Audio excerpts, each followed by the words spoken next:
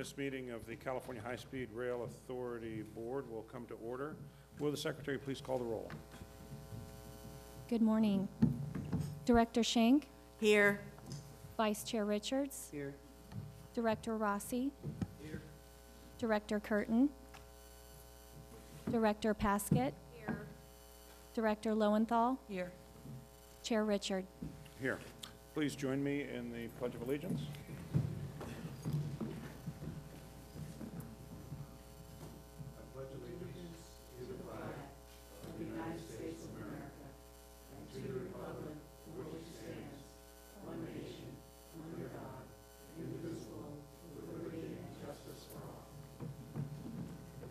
Thank you. With the following exceptions. Yeah.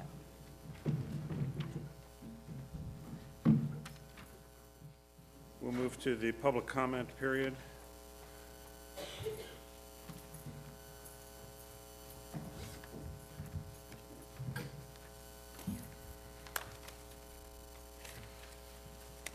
Okay, seems like we have a pretty light list of public speakers this morning, and as always, we will start with our elected representatives and then go in order. Happy to welcome back Mayor James Ledford from the City of Palmdale. Mayor, good morning. He'll be followed by Michael Behan, Transportation Manager of Palmdale. Good morning. Glad to be here, and again, Honorable Chair and authority members, we appreciate your work. It's an exciting time, I think, in certainly the state of California, but certainly in the city of Palmdale as well, where we are really creating some great vision. And I appreciate to be able to go to the Land Use Committee meeting prior. I think these are great concepts that you're working with that are going to allow cities to participate in a greater vision and get buy-in. I think it's all fabulous. But first off, I wanted to thank Jeff and his staff came down and met with us after our last meeting. We're able to start defining these issues out. We appreciate that. And we think that that's very, very beneficial. We also believe that we do need help at the local entity. I mean, we're dealing with some various elements here that I think were important. Most maybe is Express West possible coming to Palmdale. We're looking at 2 high-speed systems converging in our city, and we think that requires some special attention. And it may be a stakeholder committee out of this. It may really require us to talk about how we can bring these various stakeholders, certainly California High-Speed Rail, Metrolink, Amtrak, Greyhound, certainly City of Palmdale, ABTA, our bus operator. These are all important stakeholders that can help us define this vision that is going to make a truly unique, I think, station in the state of California. We really feel like we're in a unique position because of these systems converging, an interstate system converging in Palmdale, and certainly into the LA or Northern California market. We think that's an important factor. We're also recognizing, I sit on the JPA for the High Desert Corridor, and we did release a investment grade ridership study that really put us in a very favorable position with the Northeast Corridor, which is probably America's #1. These numbers are compelling. We think it does have an effect on the California high-speed rail system when you inject these numbers. I think it can be certainly a great enhancement to what we believe is an upside, certainly to the state, but the nation. This is important stuff when these intersections occur. So again, our issues primarily, we're trying to avoid an east-west divide in our city. That's the challenge that we want to work together with you to do this, and we keep talking about a trench or a below grade. We really want to look at those numbers. We want to look at this cost benefit, and we think we have some other options that we'd like to also discuss to help, again, come to a meeting of the minds. So our final design is something that our community can really embrace and live with and feel good about. The same thing with, we look at some grade separation work that we're doing out there, and I think these are all part of the agenda, certainly, but we just want to reiterate, these are some of our priorities. And again, just working together. We appreciate the tough job you've got. No question about it, this is tough, but I believe in the state of California, this is integral to our future. This is really the vision of California will be high-speed connectivity, and we want to be a part of it. So if we can continue to work forward, I congratulate you and look forward to the opportunity. Thank you, Mayor. All right. Michael Behan. Morning. Good morning, Mr. Chair, members of the board. Michael Behan, Transportation Manager with the City of Palmdale. Appreciate the opportunity. We're here again to show support for the project. support for the board and also support for staff. And we were very thankful that CEO Morales and staff came out to meet with us. We had a very productive meeting. It was a working meeting. It was in the field meeting and involved a lot of really good conversation. And we kind of came to whittling down our list of priorities. And so there were 3 top items that we looked at. And the first one was an integrated station. As the mayor mentioned, we've got a lot of different modes coming into our station. And so we want to make sure that we plan accordingly for that. The other one is maximizing land use development potential through design. And that goes into looking at different design concepts for the grade separations and whatnot. And then also optimal access, connectivity, and circulation. So a quick update on our station planning efforts. The City of Palmdale is working with a consultant, Parsons Transportation Group, and we are coming up with a form-based zoning concept around the station. We are focusing and emphasizing excellent transportation and land use integration, and also heavy focus on economic development opportunities around the station. And our plan will be done around fall or early fall 2017 or early 2018. And also as part of this is, you know, our downtown in Palmdale is sort of lost, and maybe through the planning process, we will find it and rebirth it through the land use planning that we're doing now. But again, I appreciate the opportunity to speak. Thank you. Thank you, Mr. Behan. Our next speaker, I apologize if I mispronounce your name. It looks to me like it's Yasunari Onodera. I hope I was close with that. It was perfect. Good. Thank you. Good morning, Good morning, sir. Mr. Chairman, members of the board, and CEO Morales. My name is Yasunari Onodera from Toyota Tsusho America, trading and investment company within the Toyota Motor Group. And we have been preparing to produce and supply truck swap for the California high-speed rail project.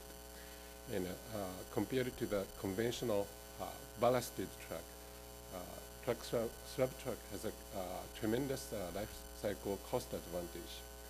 And I'm here today for 2 reasons.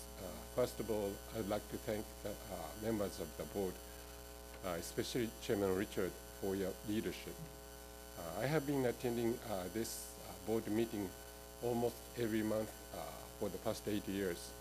And 8 years ago, of course, Ms. Schenk was there. And also former chairs, Mr. Pringle and Mr. Dearden was there too. And it was just after Prop 1A passed and the Obama administration announced the American Recovery and Reinvestment Act with $10 billion of federal funding for development of high-speed rail in the U.S. And then headwinds started to blow, and we began hearing increasing concerns and doubts about this project. But then during the public comments period at these board meetings, then Mr. Chair, you turned it around and you reached out as many concerned individuals and communities in California to explain what the authority is trying to accomplish. And we really feel that you care these individuals and communities. And I really appreciate your dedication. Thank you, sir. Yeah, and, oh, I'm sorry, I need another 30 seconds. Okay, just 30 seconds, please, because I want to get through everybody's speaking. Okay. I also would like to acknowledge and express my appreciation to Mr. Kano from the Japanese Consulate General's office in San Francisco, who is seated in the back. And he's returning to Japan next week. Yes. And he has dedicated 4 years of his service in San Francisco to help California build and plan the world-class high-speed rail.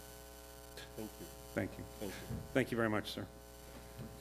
Our next speaker is Alan Scott. He'll be followed by Ross Browning. Good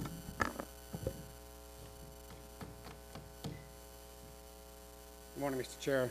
Alan Scott, Kings County Directors. From the origin of the California High-Speed Rail Authority and Board in 1996, the perception has been plenty of work has been completed in the last few years. What we know is there is no track, there is no train sets, no stations, colossal issues crossing the southern mountain range, no power, cost overruns, no monies, financial penalties, poor design, egregious land acquisition debacles, and they're going on right now in Corcoran, and a profusion of other conditions throughout the state, increasing the goal to a final collapse of this legacy. In 21 years since the inception of the authority, you're 7 years behind schedule. And the one thing that keeps coming up that's paramount, I think, is this fact here. A key negative of this project is basically an exclusive, elaborate quantity of PR bravado. Moving on to some other items. The winter storm damage right now, the last I heard the other day on the news was it was upwards to $50 billion in repairs. Does the California Treasury have that much money on hand? Unfortunately, a sounder estimate more likely would be $100 billion to fix these issues. However, missing in this estimate is the upcoming historical, and I might add, astronomical snowpack melt. My guess is it's not scheduled within the budget of that $50 billion. Debt obligations in the state are beyond comprehension and unfortunately placing more burdens on the taxpayers, defying conventional thought. If the California executive and legislative branches persist in working from feel-good freebie governance, then our state is financially doomed. A classic example would be the 2.5-mile Bay Bridge at 6.5 times over budget. Current estimate of your project is $64 billion. The chances of what the experts said back in a state hearing in March 27, 2014, that upwards to 7% is the actual figure, somewhere between 2 and 7. So 64 is not the good number. I just got a few more minutes if you don't mind for a second. Well, yeah. The concerns in Southern California, there's a increased seismic activity report that just was released the other day. We've got a problem there if something happens. Unfortunately, I hope it doesn't happen, but if it does, we've got a major problem within the state. Curiously, around the country and around the world, your project is not getting a very good name. I've got a package about that thick in the last 2 weeks of stuff against your project. In about a week ago, the governor was at a press conference, said he's doubling down on this project. Right now, you have 119 miles from a weed patch north of Madeira to a productive agricultural environment some 119 miles downstate, halfway between two fine, vibrant cities, creating a no-brainer question. We must kill it now. Mr. Scott, I gave the other gentleman an extra 30 seconds. So And I understand that, and thank you very much, and it's always a pleasure. Thank you, sir. Okay, next is Ross Browning, followed by Bill DeCary.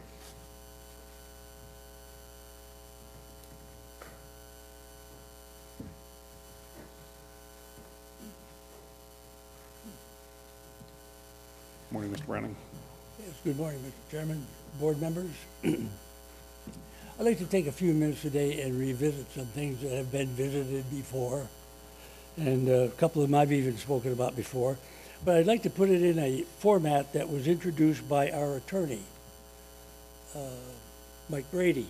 And I did not ask Mike Brady if I could use his format, but I'll settle that up with him later.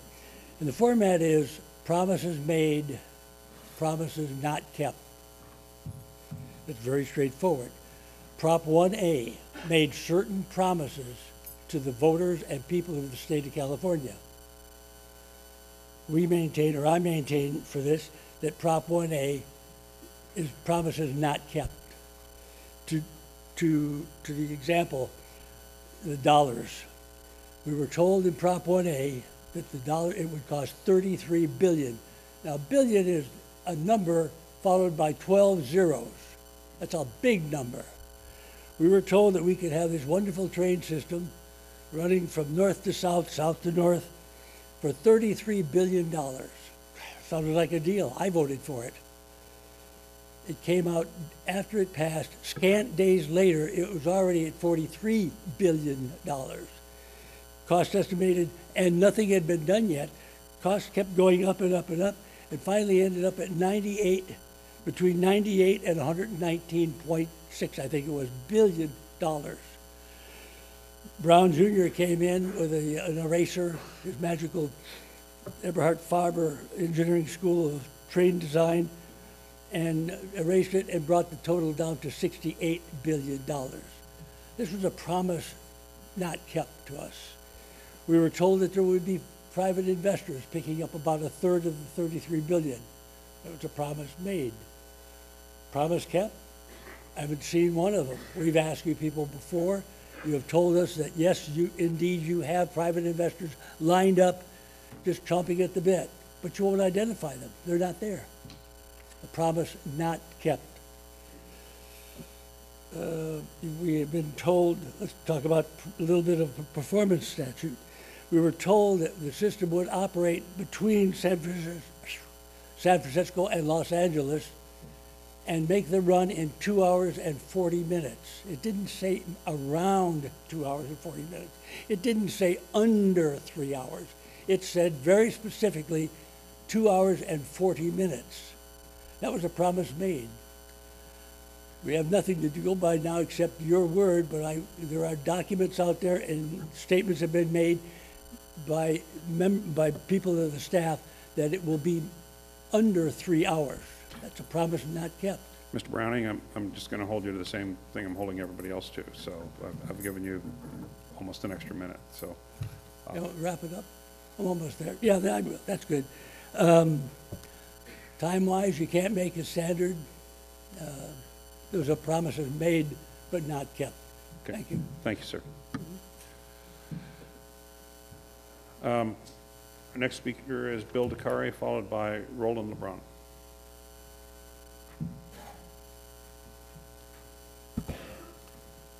I'm Bill DeCare, Mr. Chairman and Board.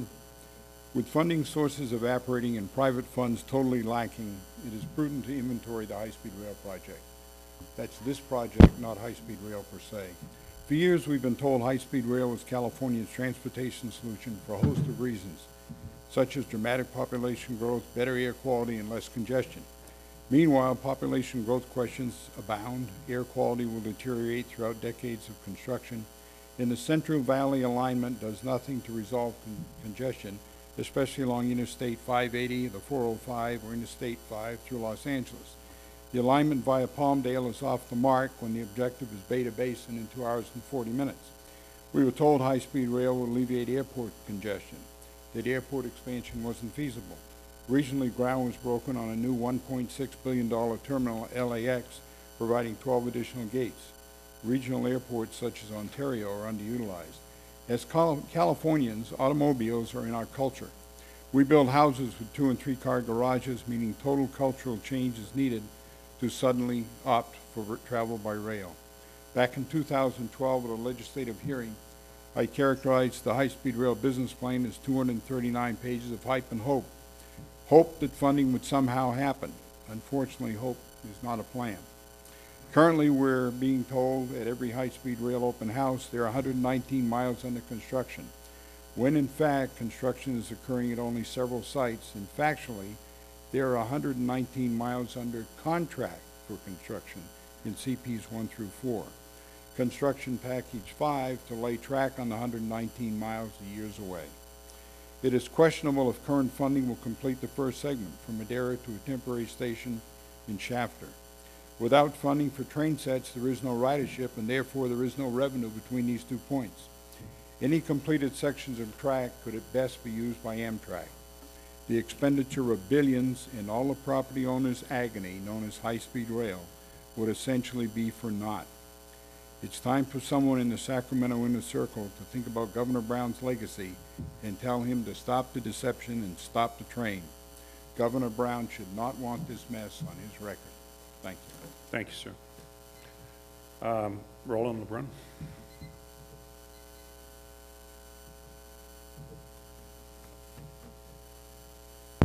Good morning, Chair Richard and members. So what I'd like to do is to follow up on a conversation we had last December about the issue of compatible platform heights. And what I have here is a letter from the peer review group that's addressed to the legislature that comments on the funding plans and on the early operator. And the third, I'm going to read to you the third paragraph on the third page. And it says right here, we have recommended in past letters that the authority consider adopting bi-level trains from the outset, because the loading platform level would be consistent with the lower level used by Caltrain and Metrolink and ACE if they are joint operations in the future. In our discussions, the authority indicated that they will consider inputs from the new system operator.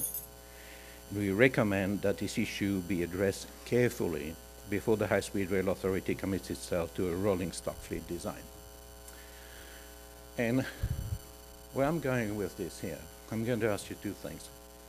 First of all, I'm going to ask that the authority immediately write a letter to Mr. Hartnett and apologize for what happened to the Caltrain procurement, because you're crippling Caltrain, and that is the primary reason why this FFGA from the FDA will never come true, okay?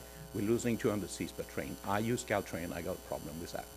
And the second thing I'm going to respectfully ask is you ask that Mr. Tripuzzi write a $20 million check to Caltrain for the money we've spent on this so far so that we can go back to square one. Thank you very much. Thank you, Mr. LeBron. We can probably get Ben to write that check. I don't know, but I understand your point. That completes our public comment period. I thank members of the public for coming here today. We'll move to our regular agenda. Before we do, I'd like to just recognize two folks. We have with us today a representative of our funding partners, the Federal Railroad Administration from the Department of Transportation. Jamie Renard is here, and you may have other staff people here, but anyway, thank you, and we appreciate the great partnership with FRA. And it was also mentioned by somebody, one of the people who's been very helpful to us has been Masao Kano, working at the Consul General's office and Consul General of Japan in San Francisco. Kano-san, we wish you well going back to Japan on your next assignment. So thank you for all your support. So thank you. We'll move now to the regular agenda. The first thing would be the consideration of adoption of the board minutes from the last meeting. Do I have a motion? So moved. Moved by Director Shank, seconded by Director Rossi. I'm getting ahead of myself. Could I have the secretary please call the roll? Director Shank? Yes. Vice Chair Richards? Yes. Director Rossi? Yes. Director Curtin? Director Paskett? Yes. Director Lowenthal? Yes. Chair Richard? Yes. Okay, item 2 is consideration of an amendment to contract with the Los Angeles County MTA for shared project development cost for high-speed rail at Los Angeles Union Station. Michelle Boehm is going to present. Ms. Boehm, good morning. Good morning.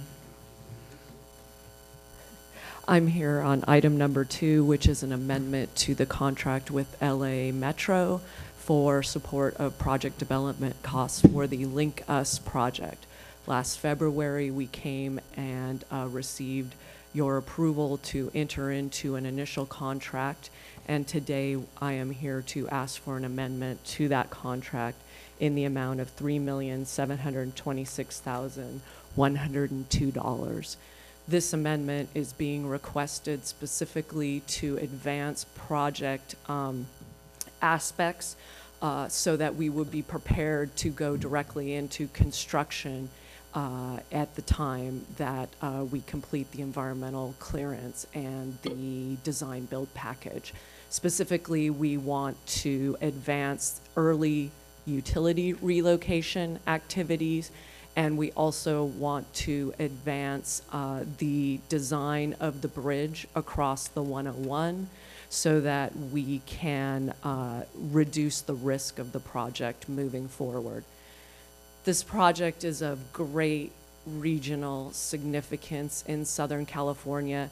It is currently the #1 ranked project on the MOU list because of the positive impact it would have for all passenger rail service in Southern California.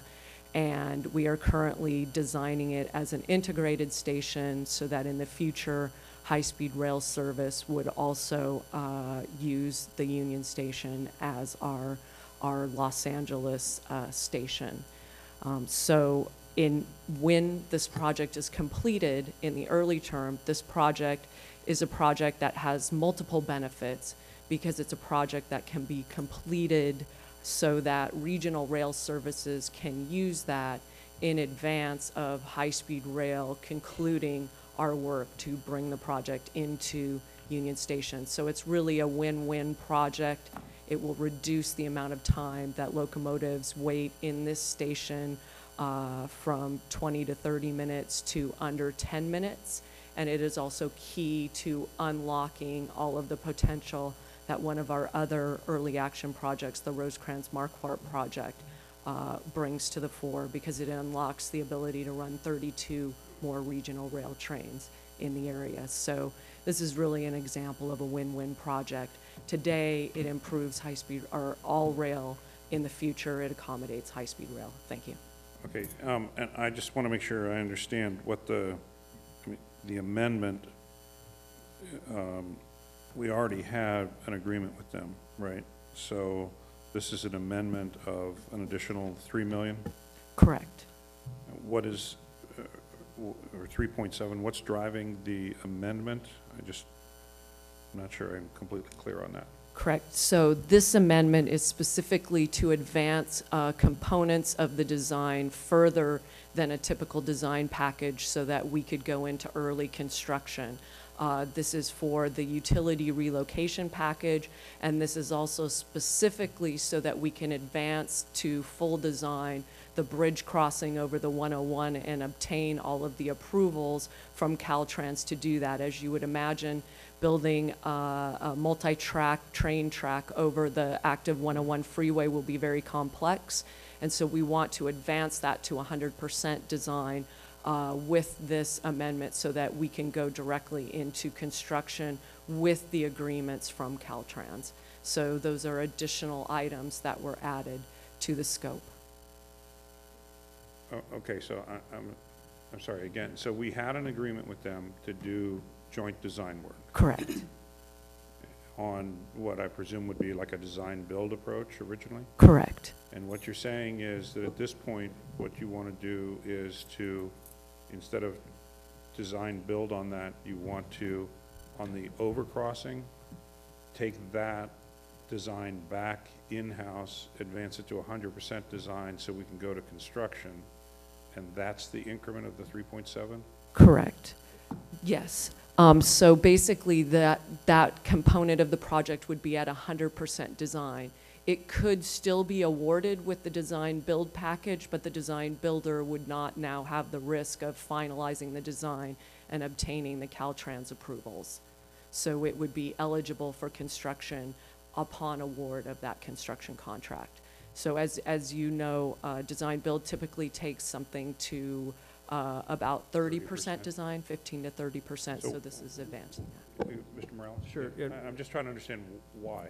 Right, yeah, sure. And this is, and we have Jeanette Owens from Metro is here also, and I think our piece is a proportional share of the increase. Correct. That's another point to make. But, right, it is, as you said, as the planning, the environmental clearance and the preliminary design proceeded, it became clear that in order to address the issues of getting over the 101 with a multi-track structure, it was going to be more complicated to work out the traffic issues and everything else, and a strong desire to avoid having to do multiple constructions, to do it all at once. And so based on discussions with Caltrans, between us, Metro, and Caltrans, it was decided that the best way to address the risks of that was, rather than waiting and doing the final design of the bridge under a design-build contract, was to do it now, resolve those issues so that we could get the full environmental clearance and then go forward with it as a fully designed element. It's really just because, as you can imagine, that stretch of the 101 right there by Union Station is some of the most heavily traveled road in the state, and the sensitivities of working out all the issues of construction staging, placement of columns, all those things are much better done early rather than waiting to do it. So it's shifting a cost that would have occurred later in the process, bringing it up earlier into the process. And when's the construction actually slated to be done on that? Is that funded? The full construction is not currently funded, although this is a commitment under the MOU, so some of our 500 million Southern California MOU would go to the construction. And we are working with Metro to finalize the full construction. And Metro is looking at a staged approach to the construction as well, so that this project, that the construction of the bridge could take place separate from other elements of the station construction. So again, another reason for advancing this piece of work. I think the only reason I'm asking this question is I'm trying to understand, you know, as we sequence money that's going out the door, wanting to just make sure that we avoid a situation where we're doing a bunch of work now for something that if it's not fully funded, we may have to go back and do a redesign if other things happen in the area, or we may have to go back and redo the environmental work. So, I mean, I understand we're trying to push everything forward, but I just think that given where we are, we need to make sure that we're fully understanding, I mean, this is like the equivalent of just-in-time production stuff. I mean, you don't want to have big inventories built up. So is this, what is the need to do this now? And I'm asking these questions fully recognizing that we have a very strong partnership with LA Metro, and I want to respect, you know, what they're looking at as well. But why right now if we don't have the funding yet to do the actual construction? Well, there are, again, a few different elements to that. And you may recall the Union Station project, and certainly what the authority got involved in originally were what used to be called the run-through tracks. Sure, SCRIP and run-through. It's been renamed, I don't Right. know how many times, but it's At least three, right? At least three. And then it's evolved into the much bigger total project of the Union Station improvements, which include concourse, changes in the concourse and the station itself. This piece of work is directly attached to the run-through tracks to allow the trains to continue north and come back out rather than doubling back.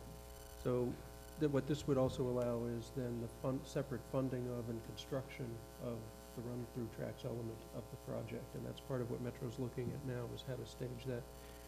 We just met with Bill Washington 2 weeks ago, I believe, on this, and they're looking to advance elements, look at how to advance elements, and this would be the first element to go to construction, potentially. Okay, my last question on this, and then I'll turn to other board members, is I know it's only 3.7 million on top of whatever, but is this money coming out of our $1 billion or MOU commitment, or is this separate?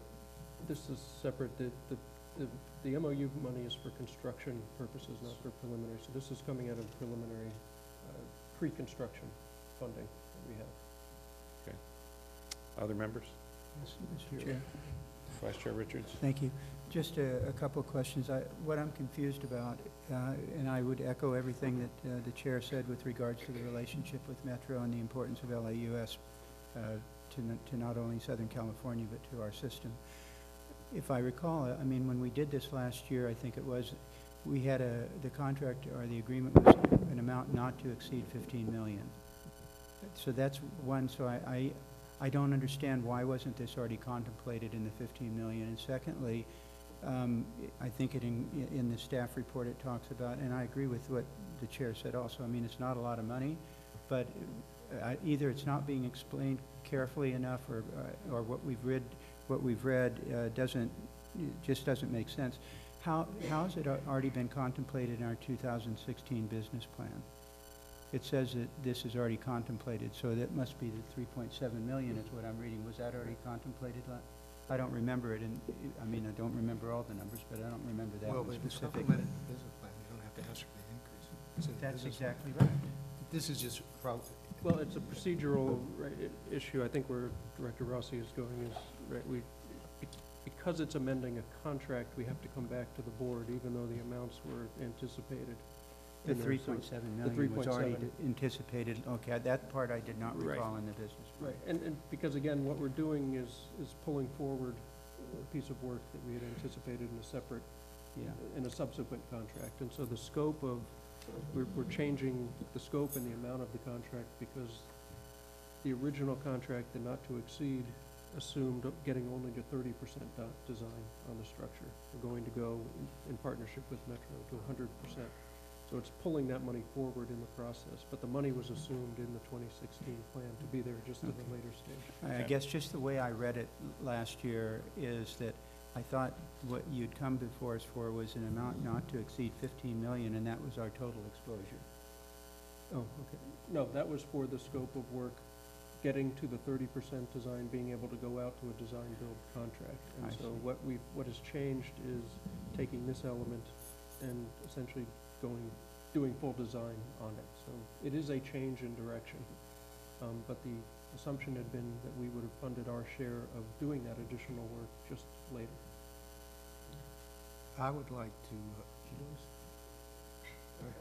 Go ahead. Director Pascal.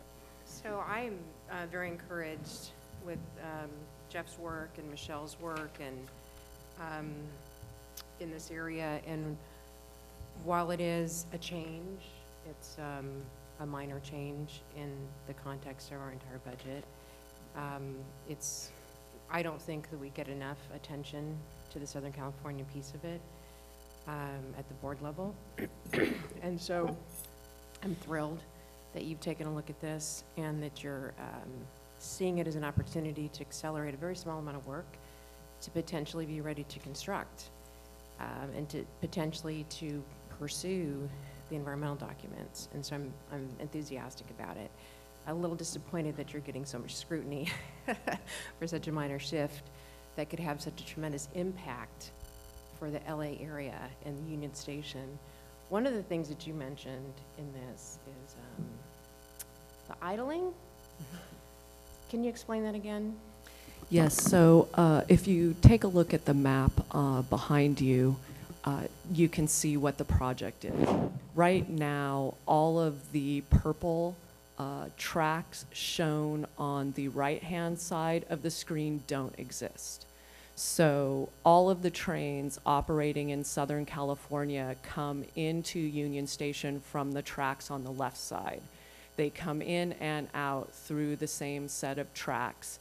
And because of that, it requires the trains to come in and wait at the platforms for the next opportunity after they bring on their passengers for the next opportunity to get out of the throat, which is much narrower and fewer tracks. And so this means that when the Metrolink trains and the Surfliner trains are coming in, they're typically spending 20 to 30 minutes at the platform faces. And during this time, they don't shut those engines off. They continue to idle. So this also has a large air quality, positive air quality impact for the region when this project is completed. And that's really why this project rose to the top as the #1 project on that 2012 memorandum of understanding list that we have with the Southern California partner agencies. And that also contributes to our interest in moving it forward. Michelle, does it also have in addition to the air quality benefits for that area, which are heavily impacted, does it also have a greenhouse gas emission reduction benefit from the idling? Correct, yes. What I'm encouraged by this, it may feel like to some of my fellow board members that this is a significant shift in the business plan, but I see you and Jeff, who's worked closely with the MTA and others in Los Angeles, looking at an opportunity, making a very slight adjustment, and trying to be ready to respond in the event that we can plan this. If our metric is we shouldn't do anything unless it's fully funded, then we should probably apply that to every decision that comes before us, which I'm not sure that we do. But we've met separately. I've spent quite a bit of time on this in the last couple of months, and I'm happy that you brought it to the board, and I move the item. Well, hold on, I want to be really clear here. I mean, as a person who has spent a lot of time with SCAG and a lot of time defending the Southern California MOU, I just want to make sure we're focused on what it is we're focused on here. Nobody disputes the benefit of the run-through track program, and nobody misunderstands that it's the top priority for the region. We're not here debating whether or not that's a good or bad thing to do. The question is the efficiency of spending money. So really, there are two things that I know it's only a small amount, but it's indicative of two things that I think merit some thought. First is we're shifting from a design-build approach to a 100% design approach. I'm probably ignorant of this, but I'm not aware of any other part of the system where we've done that. And so that, to me, is something that needed to be explained. Secondly, we spent money in the Central Valley doing right-of-way acquisition appraisals. And we got delayed, and we had to go back and redo those appraisals, which cost us money and it cost us time. So this isn't about whether or not this is a good project. It's not about whether or not we want to do things in Los Angeles. It's just, there's two pieces of this, and I just have to say, I think the presentation could have just said, we're wanting to make an amendment to something to do these following things. I'm really not interested in arguing about the script project because there's nothing to argue about there. It's a very important project that needs to be done. It needs to be done for LA, it needs to be done for us. I'm just focused on two things. One is a design philosophy question. Why are we going from design build, 30% design, looking to the private sector to give us innovations, to 100% design in-house? And whether it's 3.7 million or 370 million, that's a policy question. And then the second thing is just on the timing. I certainly understand getting ready for things, but if the time frame between the action and the actual ability to accomplish it is too long, we risk having to go back and do it again. And so that's the total focus that I have, which is on the management of this enterprise, not its value. So, Director Rossi first, and then we'll go. go ahead. No, go ahead, Mike. Well, I'm going to take a Yeah, you slightly, keep looking left, that's your I'm gonna- inclination. I take a slightly different view than my esteemed colleague to my immediate left.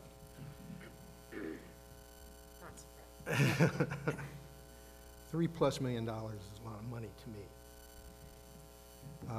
And I also think that we have to be very careful as we move forward from this point on, what we agree to pull forward from some other part of the plan at some other time, or any other changes to what the 2016 plan calls for it, because the funding mechanisms within the 2016 plan have also changed, and we haven't addressed those changes yet.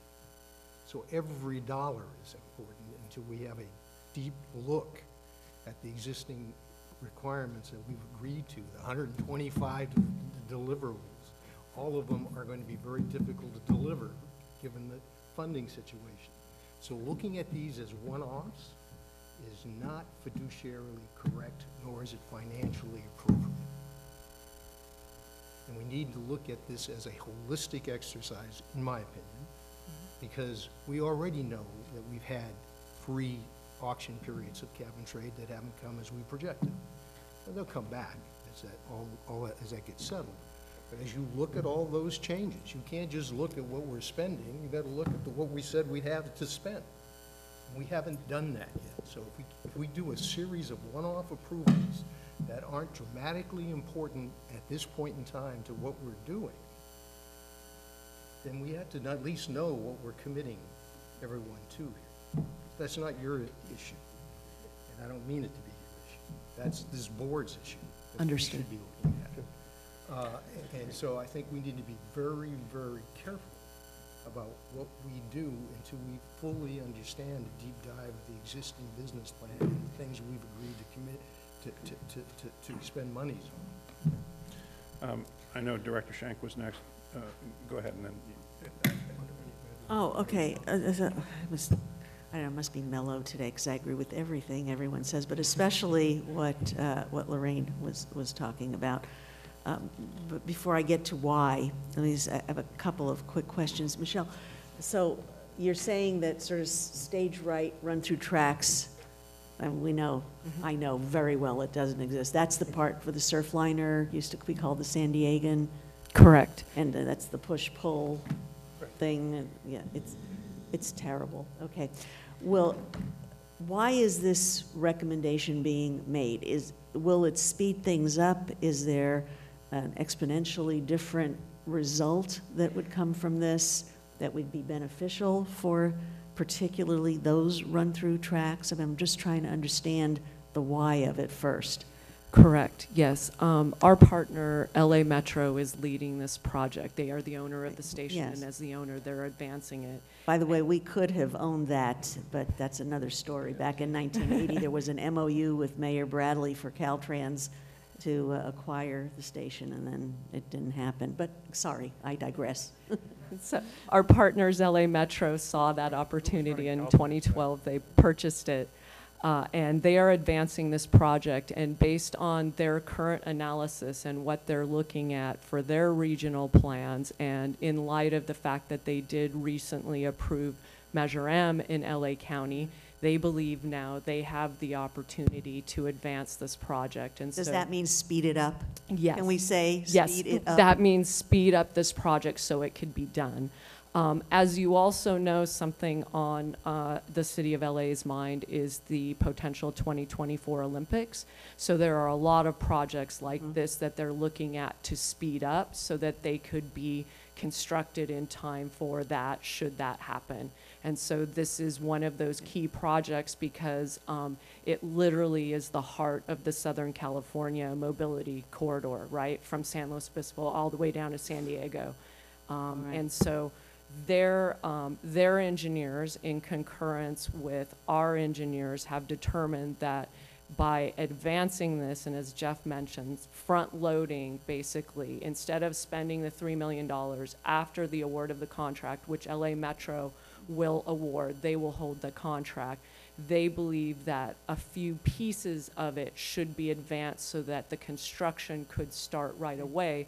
They will still more broadly do the project as a design build, but they're advancing unique pieces so that they would be ready for construction and so that they could minimize the risk. Yeah. And they do feel like that they're minimizing the risk of the process to get Caltrans to approve that, as well as the utility relocation process, which is also part of this.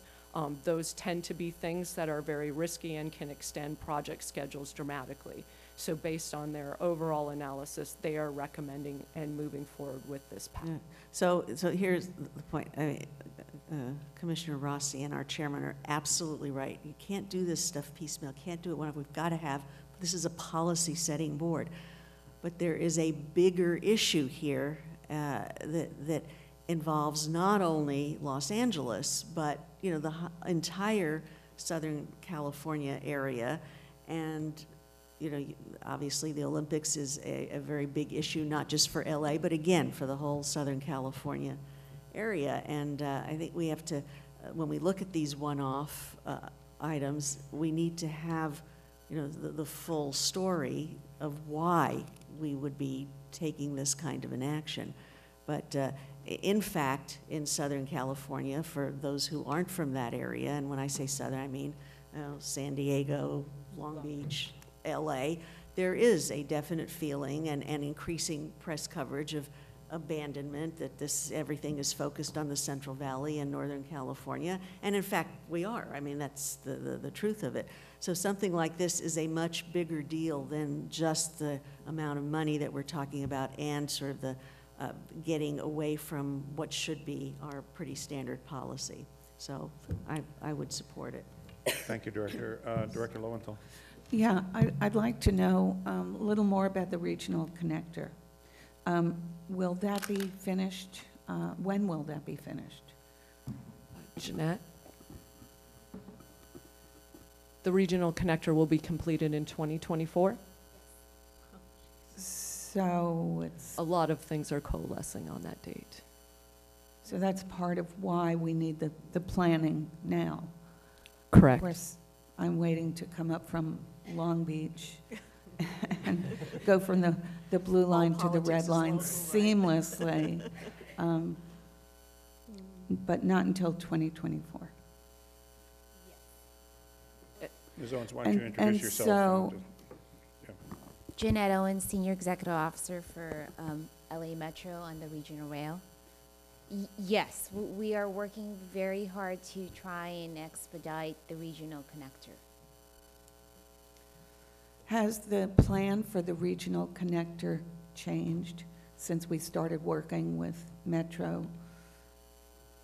It has slightly changed. We have worked with the FTA in changing the revenue service date from 2023 to 2024. And also, where do we stand with our planning process after we leave Union Station? Is that pretty much set right there? It looks like it goes, is it under or over through a commercial area next to the LA River? Yes, we're pretty much, what we're studying here on the Link Union Station is the maximum envelope, just so to keep in mind, to give you the maximum flexibility to limit any further changes by environmentally clearing the maximum envelope so that we can make as many changes as we can allowed without any additional cost. So that was one, because that is very important to us as well as to you, Chairman Richards. So we understand that. The difference on this particular run-through tracks, it's over the US 101. We have worked very closely with Caltrans Sacramento headquarters as well as our local District 7.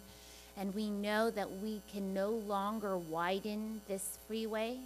This freeway will remain the same as it is. In addition to that, that includes keeping the existing on-ramps and off-ramps that are directly adjacent to this run-through tracks on both ends, the northbound 101 and the southbound 101. Metro is also building a new bus rapid system on the Silver Line. It's called the El Monte Pazores Bus Plaza area, which is immediately south of Union Station, abutting the off-ramp on the northbound area of the US 101. So this area is very constrained. The run-through tracks have to land in the existing median of the US 101 freeway. We have a existing gold line, if you can see that yellow run-through tracks, that is our existing gold line that service and will connect to the regional connector. So we felt very confident, and at the recommendation of Caltrans, to advance this to 100% design, just so that we avoid, in the Pazores Bus Plaza work that we have done, we only had that at 30% design. And when we hired a design builder, Caltrans has noticed some things that needed to be changed. And that caused a 1.5 year delay on the project and approximately $10 million in change order just for that specific work. And so because we have taken lessons learned to heart, we know what it means, and so now we thought it would be best to take Caltrans' recommendation and advance this to 100% design, given the constraints. There is really no room for creativity or changes in this particular segment. Let me just say, Ms. Lowenthal, I didn't mean to cut you off. You were, No, thank you. First of all, I want to thank you for that explanation, and I also just want to explain to you what was driving part of my concern. And I need to say this carefully because we have a very, very strong partnership with Caltrans, but we're working with Caltrans on a highway relocation in the Central Valley. And we've already had to go back and make some adjustments in our budget and cost on that. They had a different managerial approach than design build. And I'm not saying that that managerial approach was the reason for those cost increases, but I don't know. So I get very concerned if we're moving off of a design build approach unless there is a good reason. And what you just explained was that in your view there's very limited room for creativity from a design builder given the physical constraints there. And so I hope you understand that our question was simply, is there an inherent or kind of unknown policy shift here without understanding what the implications were. So from my standpoint, and again, having spent many hours in front of meetings at SCAG and other places, reassuring people that our commitment to the MOU in Southern California is secure. I have absolutely no lack of clarity as to the importance of the run-through tracks. So our issues are really administrative and managerial. But thank you very much for that. I'm going to make a suggestion here.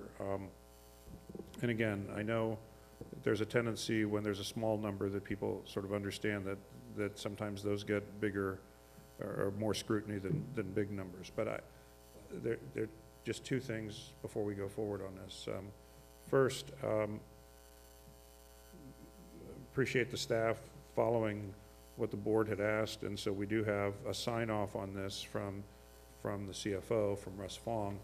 I'm going to look at him in the audience and just try to get a thumbs up or thumbs down on the question that came from Directors Rossi and Vice Chair Richards, that I understand that this is a change to a contract, but is this 3.7 million within the budget that had been approved as part of the 2016 business plan, or is it incremental? Okay, so for the record, Mr. Fong is indicating that it was within the budget, so I think that's an important first thing to understand.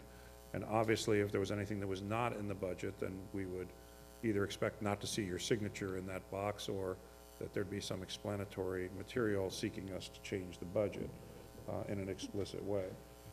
The second thing is, I'll be okay supporting this for me personally because of the explanation that this may be an area where a design build approach is not likely to result in innovation, but I want to make it very clear that in the future, if there's anything that comes to us that is moving off of that design build or creating any new type of management approach, that's a policy issue, needs to be identified and articulated to the board and explained and justified as to why. I don't care if it's 3.7 million or what number it is, just because it has implications in terms of the risk that the organization is taking vis-a-vis the risk that others are taking. So with those things, and again emphasizing this isn't about the merits of the project, but really about our processes, I can, for myself, live for this. I can't speak to any other board members. Are there other board members who want to speak, or Mr. Morales has something to say? I appreciate those suggestions, and would just note, in terms of some of the comments made about piecemealing or taking things kind of ad hoc, I want to assure the board that's not the case here. The capital cost contribution that the authority would make to this project is out of the 500 million that was appropriated by the legislature for Southern California. It would not come out of cap and trade or any other funds. It's of those funds that were specifically appropriated for this. It will certainly be within the 500 million. We have not worked out the details with Metro of what the final cost of this element of the project is. So that's why we don't have an exact number, but I want to ensure that we're in no way That was committing, my we're in expectation. no way committing funds Right. that are in any way intended to go elsewhere or otherwise impacting the plan on this. And again, our share of this is so that as Metro proceeds with its environmental, because this is also environmental work and planning work and design, this is to accommodate the high-speed rail elements of that work so that we're not left behind, frankly.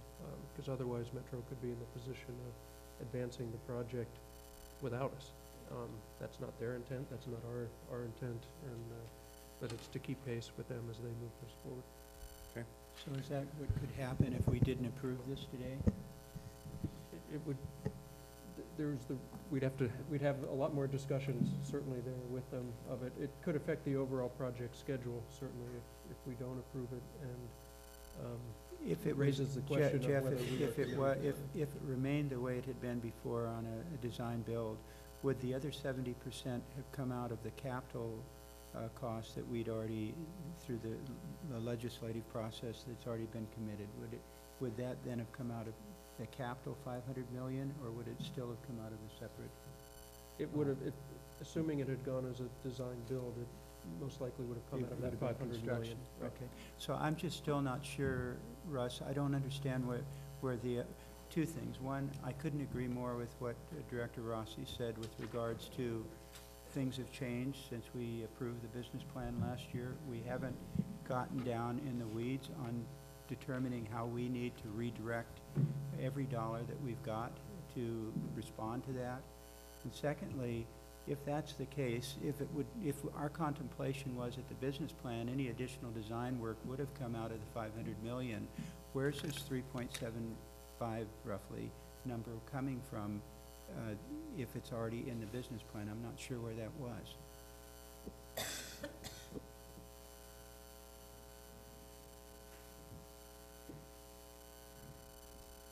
You really don't need to put your jacket on to address the board.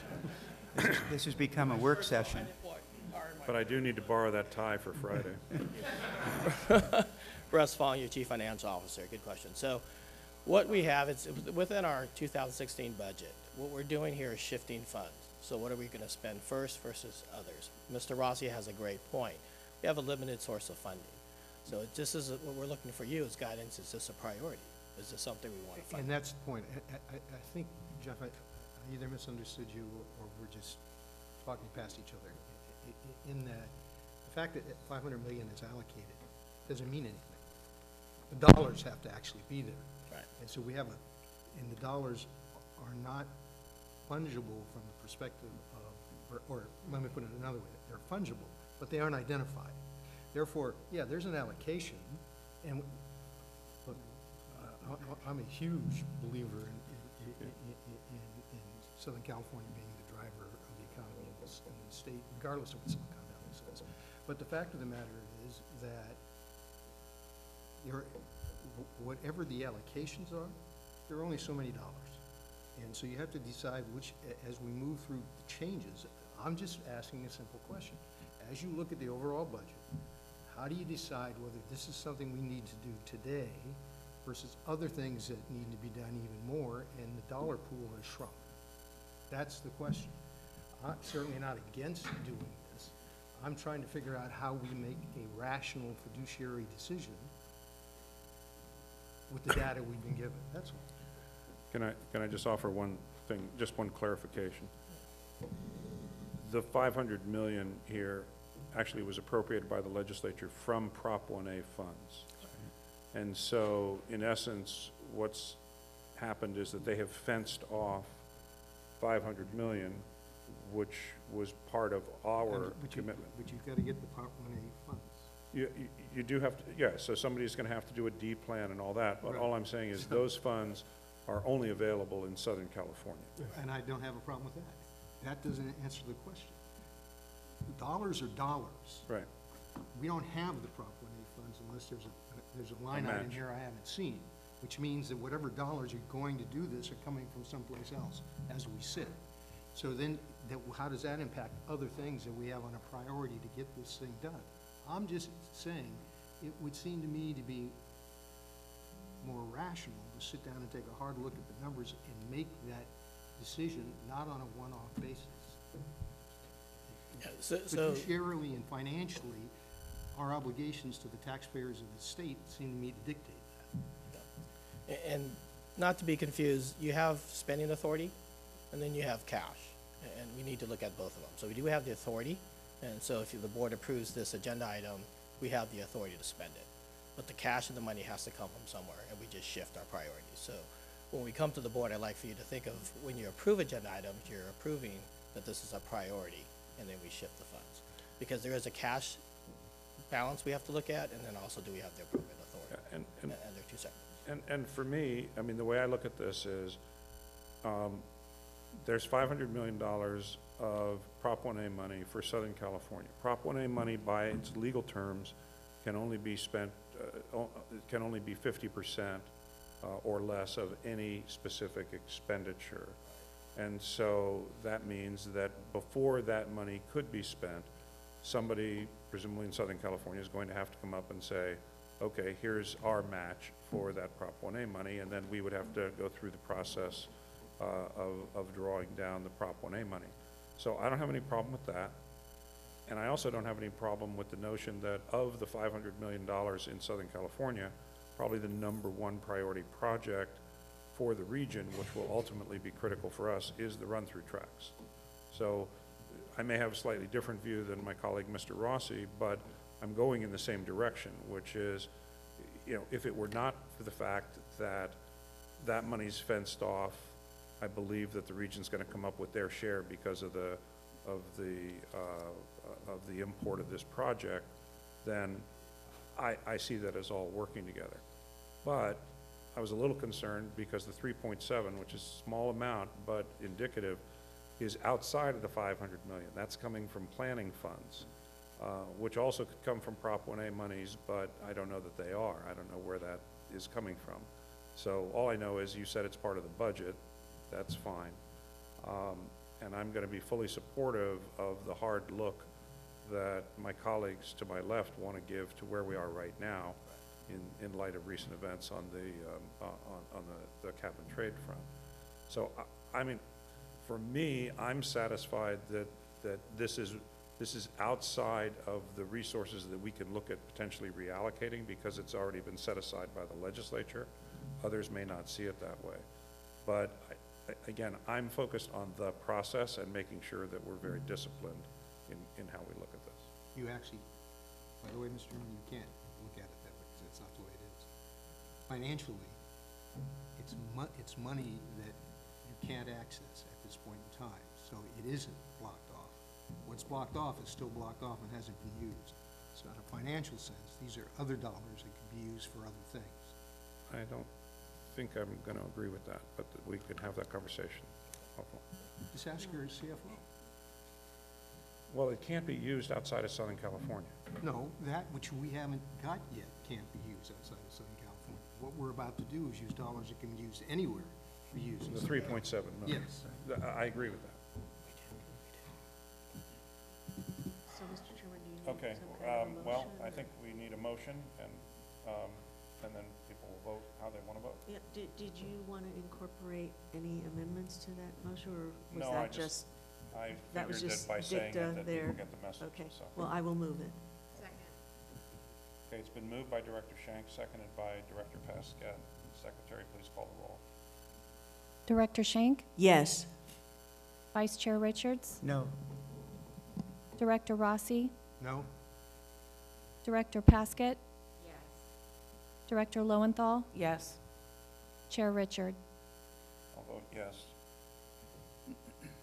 Okay. I think the staff understands that, you know, these are not things that we're just going to gloss over. Thank you, yes. It's a good discussion. Did we get 5 votes? Nope. I'm sorry, Mr. Curtin's not here, so, well, I think staff is free to bring it back next month and maybe try to address some of these issues. Do you need the 5 votes, or is it a majority of those present? No, you need 5. You need the 5.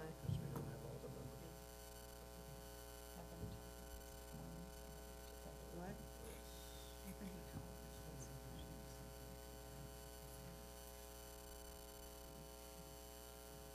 Does this have to be done today? Ms. Owens, could you come back up?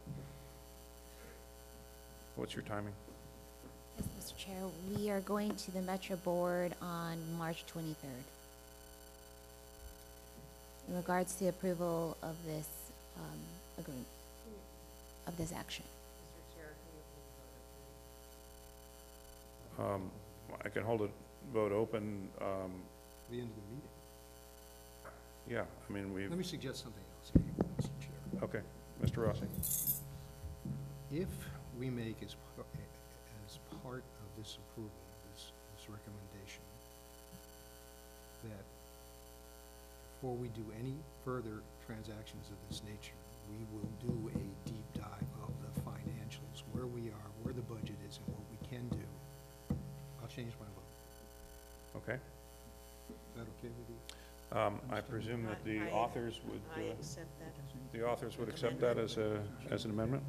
So, I think that's very reasonable. I agree with my fellow board member Rossi. I trust and respect him on the financial analysis.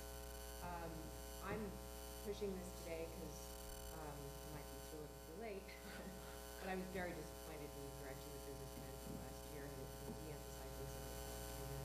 This is a change in policy.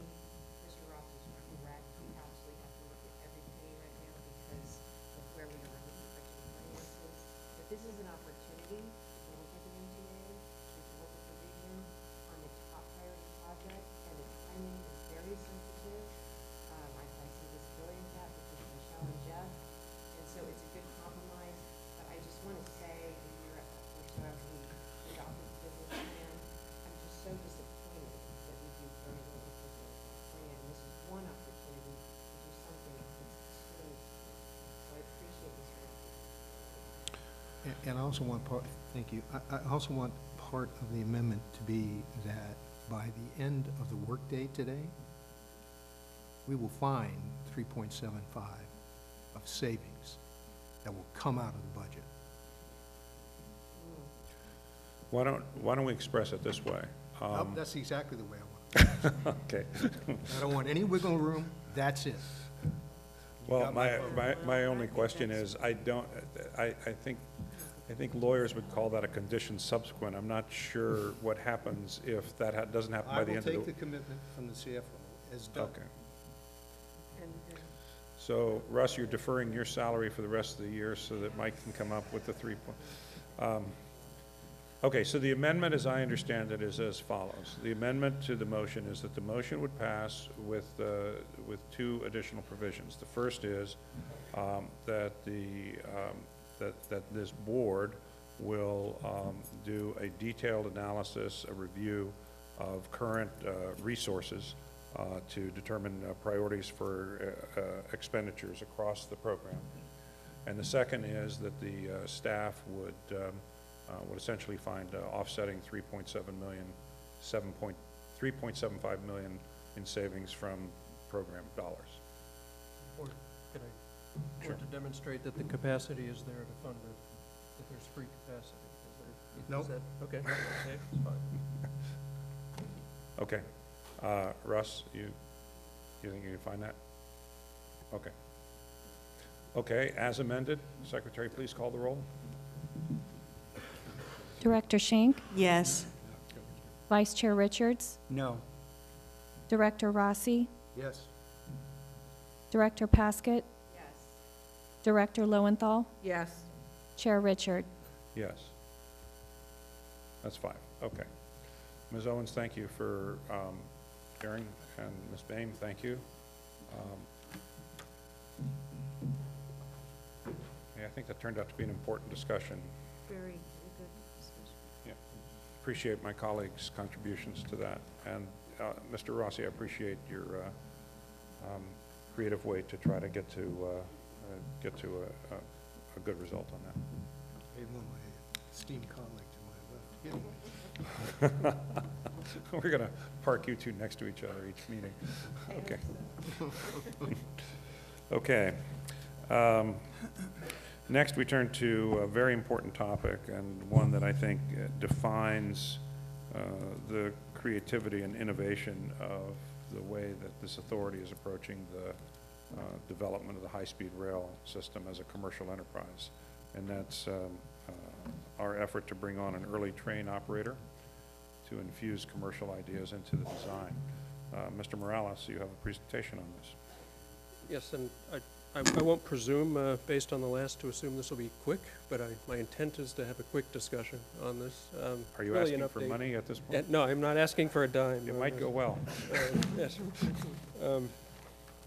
Last month, as you noted, Mr. Chairman, one of the important elements of the business plan was a commitment and an intention to bring on an early operator to assist us in moving the whole program forward, to have their active engagement in the development of the other procurements that will affect the commercial viability of the operations.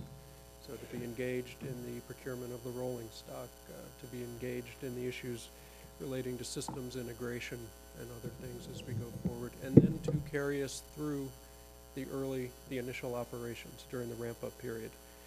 We had some discussion at the board meeting last month that was, I think, constructive, but also raised some questions about clarity, and I just wanted to report back where we are on that. Based on the board discussions, we did provide further clarification out to potential bidders, and we also took questions and provided answers from potential bidders to clarify any of those questions. And we are proceeding. We've also amended the date for submission of statements of qualification. We're now due the first week of April, and so we're looking forward to receiving those submissions in just a few weeks. Now,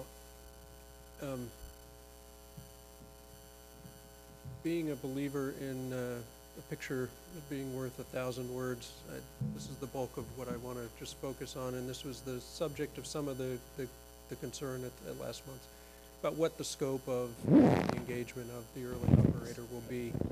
And if you look at operations as involving 3 phases, the first phase being the early engagement to provide management consulting services, essentially, again, to feed into the other procurements, to help develop operations planning, then moving into the actual ramp-up operations, and then ultimately the long-term operations, which our cornerstone of the business plan is that those long-term operations, which will generate net positive cash flow and which will be entered into through a long-term concession, which will receive funding up front for and help participate in the capital expansion of the system. Those are separate. What we are looking for in this procurement are phases 1 and 2, the early engagement of an operator to carry us through those steps.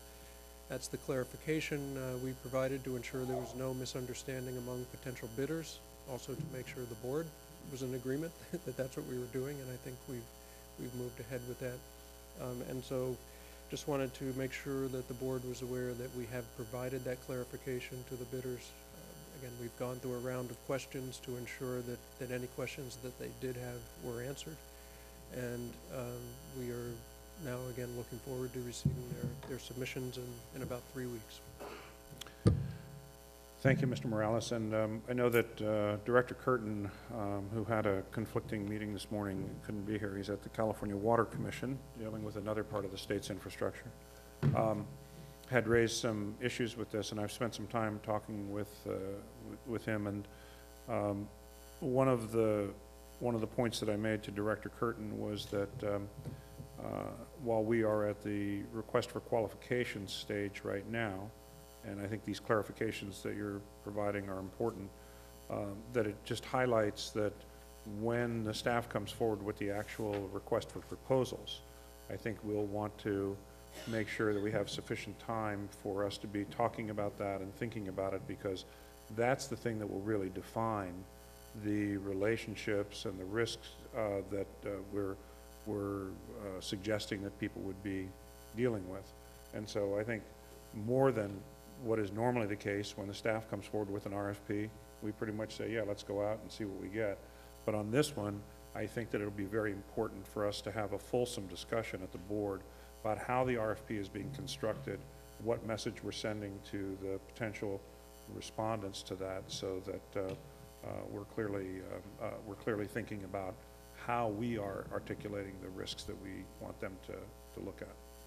And absolutely, Mr. Chairman, and I would say the relationship with this early operator is arguably the single most important relationship the authority will have with any contractor in the program, because it really will define the commercial enterprise that we intend to enter into. So I think it's absolutely worth having a thorough discussion, understanding, and make sure that everyone is fully in sync with how we're moving forward and what we're expecting of the bidders. And last question I have on this, I'll turn to others, is are we getting input from potential participants related to how they would suggest that this be structured at this point, or are they just asking us questions? Some, of course, once we initiated the actual procurement, we can't have the same sort of just open dialogue. We did, before initiating, we had a lot of discussion and received input.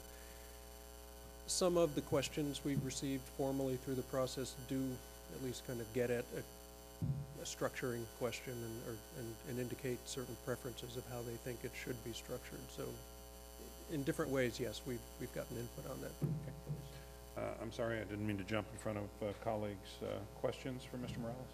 No, I just want to thank you for separating those phases, because I would imagine you'll get more respondents than we would have earlier. Okay. Any others? Jeff, thank you for bringing this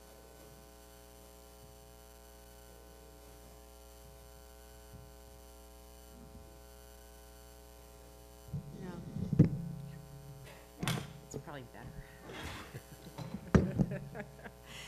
Jeff, thanks for bringing this today. I heard bits and pieces at the last meeting because the audio wasn't so great where I was at Union Station. Would it be, I agree with you, this is probably the most significant contract or partnership that we will have. And the risk allocation and the structure of the relationship is important. I wonder, and this is probably more of a question for our chair, if when you receive the responses and you're ready for a more detailed discussion, if there's an opportunity for a board workshop and a focused presentation, so we know about it, we can plan for it and be ready. That, for me, on such a big decision, would be helpful. I think that's a good suggestion, because I do think it merits some. So I guess the question, though, is, are you anticipating a board workshop separate and distinct from a meeting where we would approve this, or a workshop that would be followed? I'm just trying to think through timing. Because we may not have a meeting next month. Is the other issue. Either one's fine. It's always nice to have a focused discussion with details presented on a complicated topic, and then time for that to marinate in my brain before decision. So let me make. But I can think fast. Yeah, no, it's just, we don't have a lot of opportunity right. to hear the information, and this is pretty important. And I share Director Curtin's questions and concerns that he raised at the last meeting. So let me make this suggestion, Director Pascat, and see if it works for you and for others. Why don't we ask the staff to try to give the board more than the normal amount of time for a board package on this, even if it's sent out separately. You know, give us a couple weeks to look at it so that members can interact with the staff and so forth. And then let's allocate a sufficient amount of time, 45 minutes or even an hour if we need to really thoroughly go into it. Maybe the materials presented beforehand will satisfy everybody's question. We won't need that. But I think those two things, not jamming people with the information just before the meeting, and making sure that the schedule of the meeting allows sufficient time for a thorough discussion about this issue would be appropriate. Does that work for you, Lorraine? It does, thank you. Okay, that's good. Okay, thanks. I continue to think this is really great. So. Okay, and then the next item is the update on the Central Valley and San Francisco to San Jose Peninsula Corridor segment funding plans. Right, so again, just an update, but with some progress reports as well. Half progress. And half progress, important progress and important non-progress in some respects. So back in December, the board approved two funding plans, the bond expenditure plans, one for the Central Valley to provide the 2.6 million match for the federal funds and continue advancing that project, and then the other to approve the 600 million that has been appropriated for the Peninsula for that project.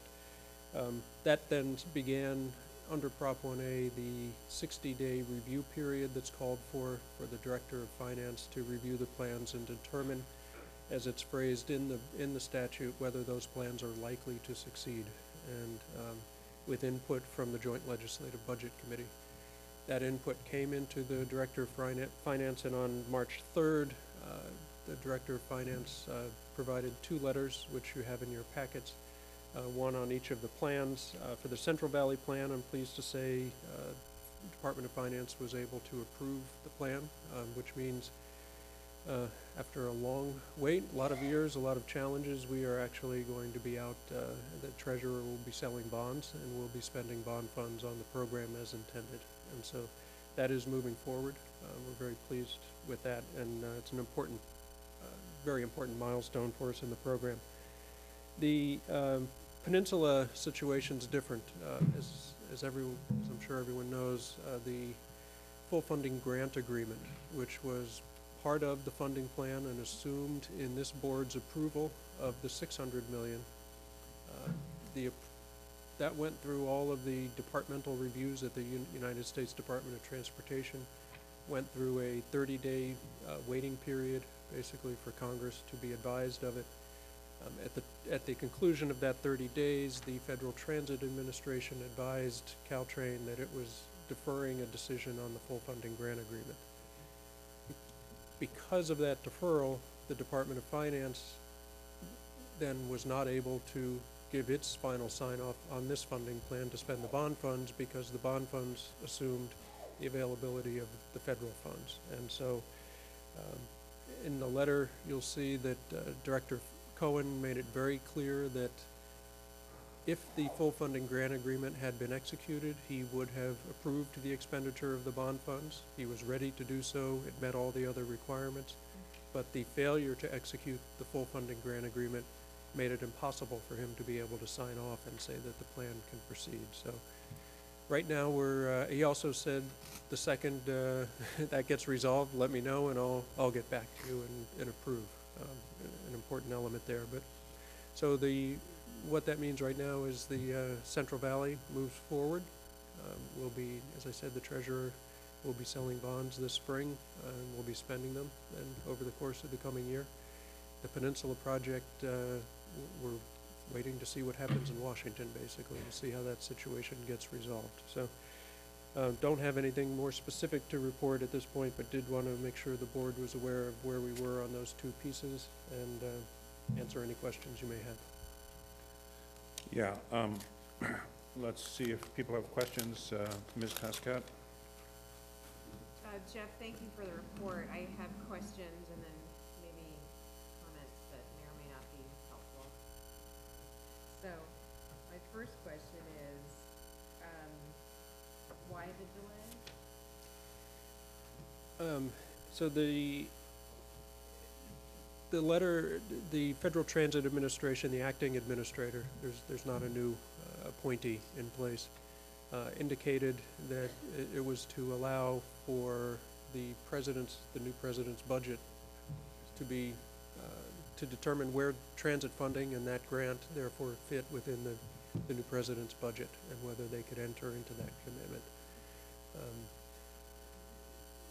Not exactly clear when that will be known. There is what's called the skinny budget is supposed to be released tomorrow. It's not expected that that will give any level of detail which would allow the FTA to move ahead and execute the grant. It'll probably be May before that happens. As you know, though, there was also, in addition to that FTA letter, just before it, there was a letter from 14 members of the congressional delegation, California congressional delegation, which urged Secretary Chow not to sign off on the grant until some additional reviews could be done of the high-speed rail program, even though high-speed rail was not applying for this grant. And so we've got a combination of procedural issues and then other issues in Washington now, which will have made it less and less clear about what the timing for resolution of this is. So, thank you for that. Is it your opinion that the delay and uncertainties is reaction to the letter sent by this 14 congressional members? There's no question that it's played a role, and it certainly complicates things going forward. And unfortunately, I've seen a letter from those 14 congressional members. I think that is organized and led by the House Majority Leader, Kevin McCarthy. It's disappointing to see that there's a lot of rhetoric coming out of D.C. regarding infrastructure and jobs, and the actions are the opposite with respect to this project. Jeff, with the letter and the resulting reaction by the new administration and the resulting delay, do you know how much that's going to cost this project? The ultimate cost, of course, will depend on how long the delay is, and if it's just a delay, or if it's so. Caltrain, after receiving this, negotiated with its contractors, because you'll remember, important to again remember, this is Caltrain's project. We are funding a piece of it, but Caltrain administers the contract. They've entered. The letter that was signed by those 14 congressional members was focused on high-speed rail. There was, and there was a subsequent letter sent by, I believe it was 26 members of the delegation, responding to that letter and clarifying a lot of the things that were in that letter. There were a lot of errors and misimpressions, if you will, about that. Can we just call them misrepresentations? Misrepresentations. You're being so polite. I'm trying to. They were alternative facts, I guess. Lies, we can call them, alternative right? facts, right. And a key premise of the original letter was it certainly suggested that this grant was an 11th hour decision made by the Obama administration, and that we were the applicant, which of course neither of those was the case. This process has been underway for years, and Caltrain is the applicant. After receiving that notice, Caltrain worked with the two contractors it has on board, Balfour, which is doing the electrification piece, and Stadler, which is the railcar manufacturer. Those are the two elements of the project. They were able to negotiate an extension of the contracts. That doesn't come without a price, though, and so they've extended the contracts through the end of June. That is going to cost about $20 million. That's just a delay cost due to the lack of action there. So it's at least $20 million. Right, we're rightfully concerned, Mr. Rossi pointed out, with $3 million. Right. We have our own California congressional delegation, led by Mr. McCarthy, who's caused us $20 million delay. So I'm hopeful that the staff, your leadership, I'm hopeful that the staff with your leadership can come up with an approach that prevents further expenditures and gets us away from this, seems to me, pure politics for an important part of this. And I'm disappointed that this is happening. I will also tell you, Chairman Richard and I were in Washington last week and met with a number of members about this and other issues. I was also at the American Public Transportation Association meeting, and this has sent shockwaves throughout communities around the country, because transit agencies that have been in the pipeline for grants for years now have to wonder, could something like this happen to them? And in a case like this, you're talking multiple sources of funds, significant local funds that have been committed on the premise of federal matching funds being there. So it's an issue of real concern, I think, for everything. We are working very closely with Caltrain and with the other funding partners to try to minimize any impact, but obviously we can't control what the outcome is here. And the real question is, Jeff, will there be an answer? To the extent that there is an impact caused by the actions of some of our congressional members, that should be communicated. We have a $20 million delay. I think over 90% of the jobs on this, whether it's utility relocation or other jobs, are from California. And they're from the communities in which we're doing these projects. And so they're hurting their own communities from a jobs perspective, and they're hurting us financially because of the politics that are being pursued. And so while I know you're being diplomatic, and I know that I'm not, my hope is that, and that's why I'm saying it today in our hearing, my hope is that that the public understands that the posturing is causing real money and has impacted jobs in our state, and that this agency through the staff not only tries to resolve a bad situation, but accurately communicates the impact. And I just, if I might, I'd like to do two things. First, I'd like to associate myself with the remarks of my colleague, Ms. Pasquette, who I think has laid this out very well. And let me just also say, I don't think we should sugarcoat any of this, and as she didn't sugarcoat any of this. This was an unbelievably irresponsible act on the part of these members of Congress. First of all, to send a letter that was based on matters that were demonstrably untrue and urge the administration to act on something that's predicated on things that are on their face false was just shocking. They may have their issues with high-speed rail. I think they're wrong about that. I think they're on the wrong side of history. I think, as Ms. Pasquette pointed out, they're acting against the interest of their own constituents, as she said. But, you know, beyond that, that had nothing to do with Caltrain. I mean, in fact, it's shocking to me that members of Congress, with all the resources of their staff, the Congressional Research Service and so forth, wouldn't understand that this grant was not made by the High-Speed Rail Authority, and in fact was dealt with an entirely different part of the Department of Transportation, an entirely different program.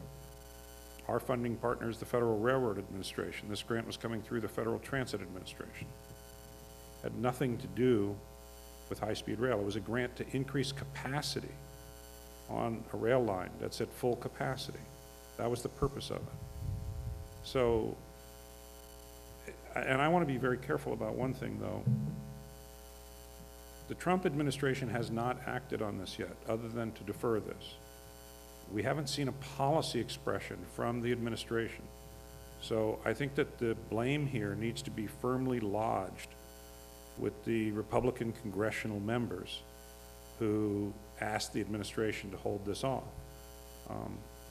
And my hope is that because the president is talking about infrastructure investment and killing or deferring the Caltrain electrification is totally inimical to that, that the administration will basically recognize the request for what it was and ignore it. So I just want to make sure we don't shoot at the wrong target at this point. And I think Ms. Pasquette was very precise in assigning the blame where I think it belongs. And I support her in that. And I had the opportunity, as did Mr. Morales, to testify yesterday before a committee of our state Senate.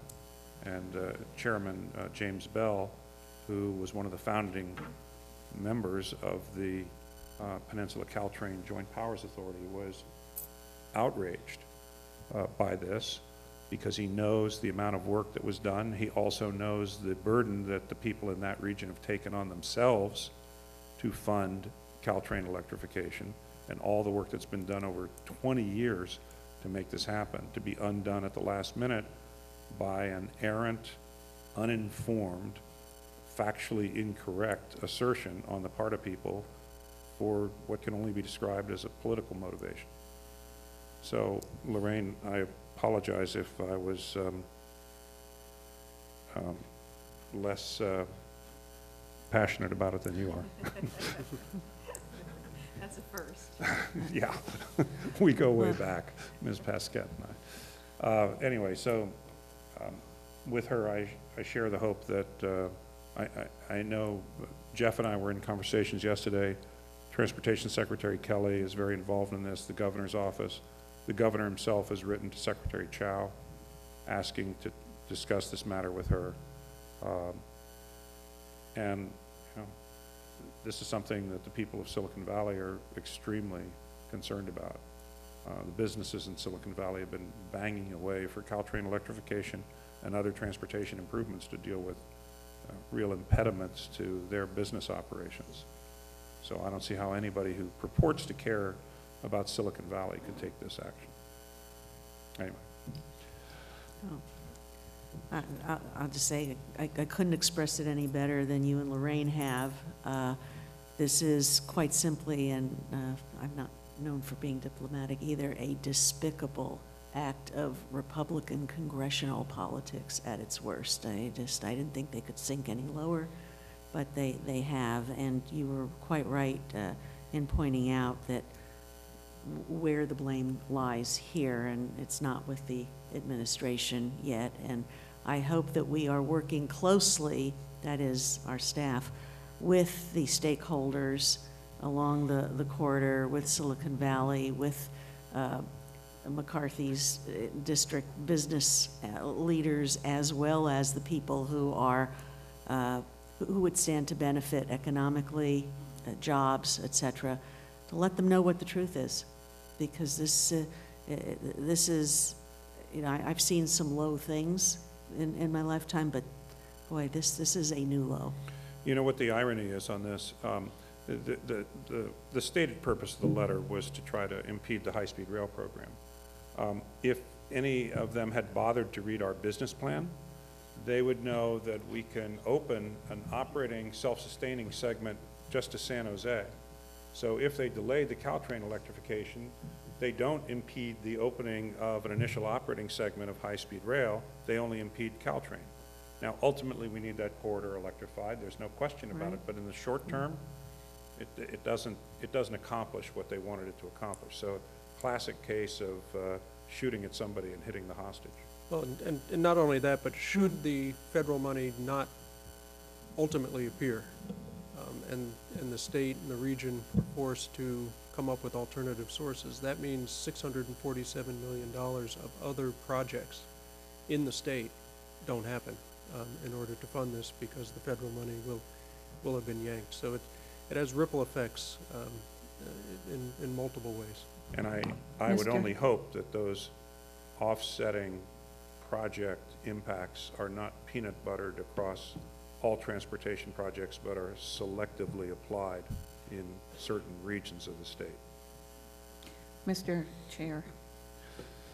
Madam former Chair of the Assembly Transportation Committee, yes? Thank you.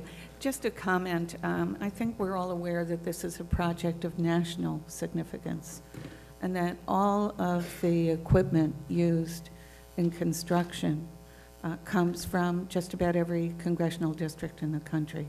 So my hope is that in a short amount of time, other congressional representatives around the country perhaps will lean on those who delayed this project, the electrification, to say, you know, we all need this. We need this for our districts, for the businesses in our districts that are making parts for construction equipment, ultimately for rail equipment. It is a project of national significance. And I think the other element to be aware of is how much we're improving freight movement in California. And of course, that too is a national issue. Well, the bottom line on this is that they wrote a letter trying to impede the high-speed rail project. As a consequence, the Caltrain project is delayed. The high-speed rail project got its approval of its subsection D funding plan, and we are continuing to build. So that's where things are. Okay, anything else, Mr. Morales? That's it for the good news. Okay, and that appears to complete our agenda today. I think that the closed session memo that was sent by our general counsel is probably sufficient, unless he thinks there's some new urgent matter that I'm going to suggest that we don't need to enter into a closed session today. And with that, we'll thank everybody and adjourn this meeting of the High Speed Rail Board.